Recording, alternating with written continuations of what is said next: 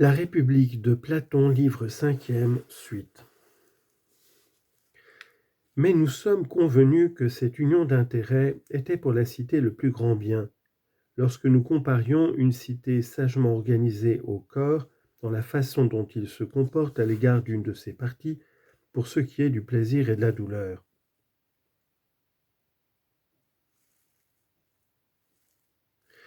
Et nous en sommes convenus à bon droit. Par suite, il est pour nous démontré que la cause du plus grand bien qui puisse arriver à la cité est la communauté entre les auxiliaires des enfants et des femmes. C'est certainement. Ajoute que nous sommes d'accord avec nos précédents propos, car, avons-nous dit, ils ne doivent avoir en propre ni maison ni terre, ni aucune autre possession, mais recevant des autres citoyens leur nourriture comme salaire de la garde, ils la doivent mettre en commun s'ils veulent être de vrais gardiens. Fort bien. Dès lors, n'ai-je pas raison d'affirmer que nos dispositions antérieures, jointes à celles que nous venons de prendre, feront d'eux plus encore de vrais gardiens et les empêcheront de diviser la cité, ce qui arriverait si chacun ne nommait pas siennes les mêmes choses, mais des choses différentes. Si habitant séparément, ils tiraient dans leurs maisons respectives tout ce dont ils pourraient s'assurer la possession pour eux seuls, et si ayant femmes et enfants différents, ils se créent des jouissances et des peines personnelles, tandis qu'avec une croyance identique touchant ce qui leur appartient, ils auront tous le même but et éprouveront autant que possible même joie et même douleur, c'est incontestable. Mais quoi? Ne verra-t-on pas à peu près disparaître procès et accusations réciproques d'une cité où chacun n'aura à soi que son corps et où tout le reste sera commun? Ne s'ensuit-il pas que nos citoyens seront à l'abri de toutes les dissensions que fait naître parmi les hommes la possession de richesses, d'enfants et de parents? Il y a grande nécessité qu'ils soient délivrés de tous ces maux. De plus, aucune action pour violence ou voie de fait ne sera légitimement intentée chez eux, car nous leur dirons qu'il est noble et juste que des égaux se défendent contre leurs égaux, et nous leur ferons un devoir de veiller à leur sécurité corporelle. Bien, dit-il.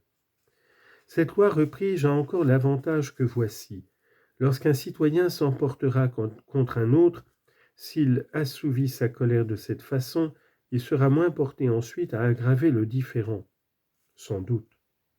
Nous aurons donné aux plus âgés autorité sur quiconque sera plus jeune, avec droit de punir. C'est évident. Il est aussi que les jeunes gens n'essaieront pas, sans un ordre des magistrats, d'user de violence à l'égard d'hommes plus âgés, ni de les frapper. Ils ne les outrageront pas non plus, je crois, d'aucune autre manière, car 2 gardiens suffiront à les empêcher, la crainte et le respect.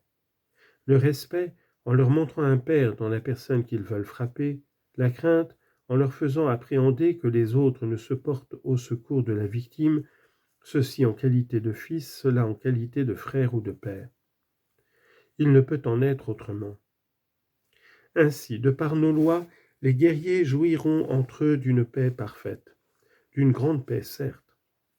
Mais s'ils vivent eux-mêmes dans la concorde, il n'est point à craindre que la discorde se mette entre eux et les autres citoyens, ou qu'elle divise ces derniers. Non, assurément.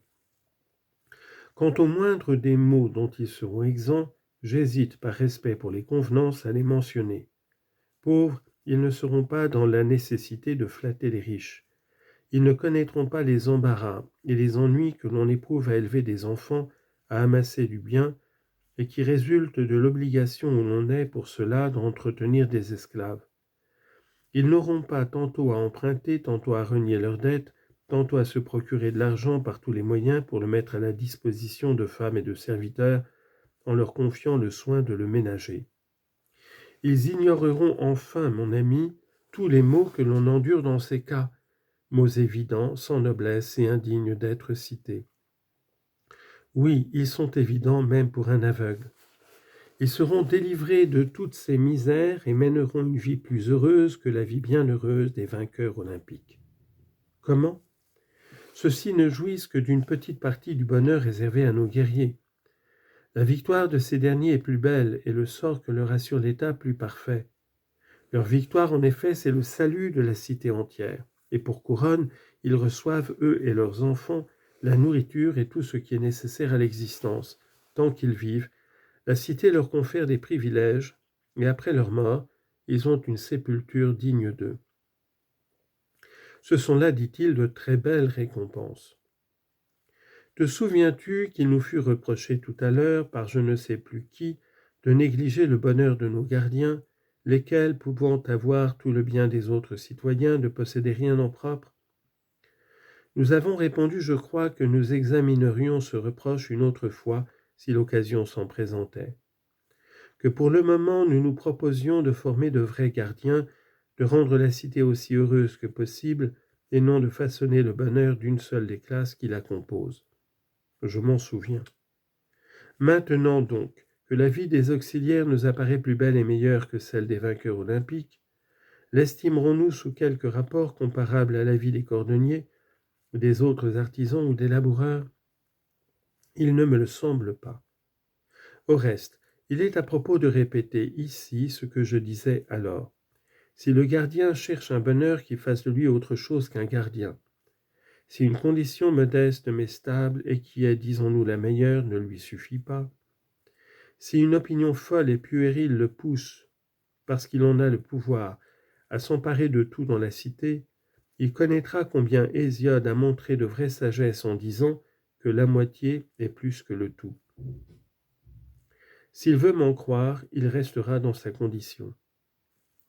Approuves-tu donc, demandai-je, qu'il y ait communauté entre femmes et hommes, comme nous l'avons exposé, pour ce qui regarde l'éducation, les enfants et la protection des autres citoyens?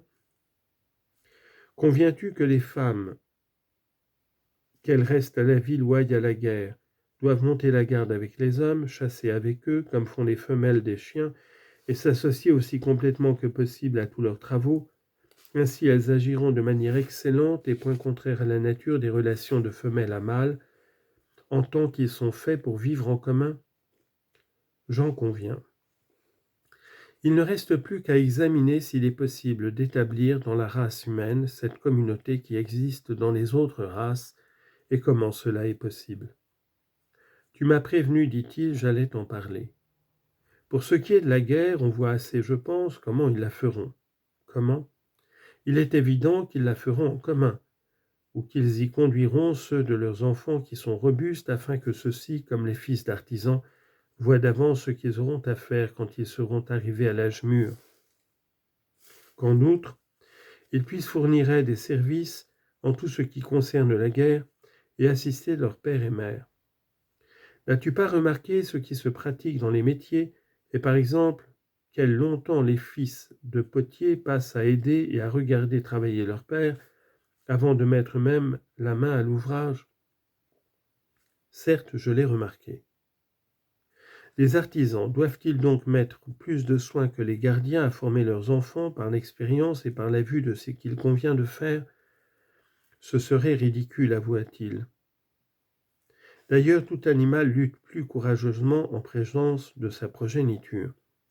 Oui, mais il y a grand risque, Socrate, qu'éprouvant l'un de ces revers qui sont fréquents à la guerre, ils ne périssent eux et leurs enfants, et que le reste de la cité ne puisse se relever d'une telle perte. Tu dis vrai, repris-je, mais penses-tu que notre premier devoir soit de ne jamais les exposer au danger? Nullement. Eh bien, s'ils doivent affronter le danger, n'est-ce pas dans les cas où le succès les rendra meilleurs? Si, évidemment. Or, crois-tu qu'il importe peu que des enfants destinés à devenir des guerriers voient ou ne voient pas le spectacle de la guerre, et que la chose ne vaille pas le risque? Non, cela importe au contraire sous le rapport que tu mentionnes. Nous ferons donc en sorte que les enfants soient spectateurs des combats, en pourvoyant à leur sécurité, et tout ira bien, n'est-ce pas? Oui. D'abord, leurs pères ne seront pas des ignorants, mais sauront, autant que des hommes le peuvent, quelles sont les expéditions périlleuses et celles qui ne le sont pas. C'est naturel. Par suite, ils conduiront les enfants aux unes, mais se garderont de les conduire aux autres. Bien. Et ils ne leur donneront pas pour chef, poursuivis-je, les plus médiocres des citoyens, mais ceux que l'expérience et l'âge rendent capables de conduire et de gouverner des enfants. Oui, c'est ce qui convient. Mais, dirons-nous, il arrive souvent des accidents imprévus, certes. En vue de pareilles éventualités, il faut donc, mon ami, donner de bonne heure des ailes aux enfants, afin qu'ils puissent, si c'est nécessaire, s'échapper en s'envolant. Que veux-tu dire demanda-t-il. Qu'il faut, répondis-je, les faire monter à cheval aussi jeunes que possible, et bien exercer les conduire au combat comme spectateurs, non sur des chevaux ardents et belliqueux, mais sur des chevaux très légers à la course et très dociles au frein. De cette façon, ils verront parfaitement ce qu'ils auront à faire un jour, et au besoin, ils se sauveront en toute sécurité à la suite de leur vieux gouverneur. Il me semble que tu as raison.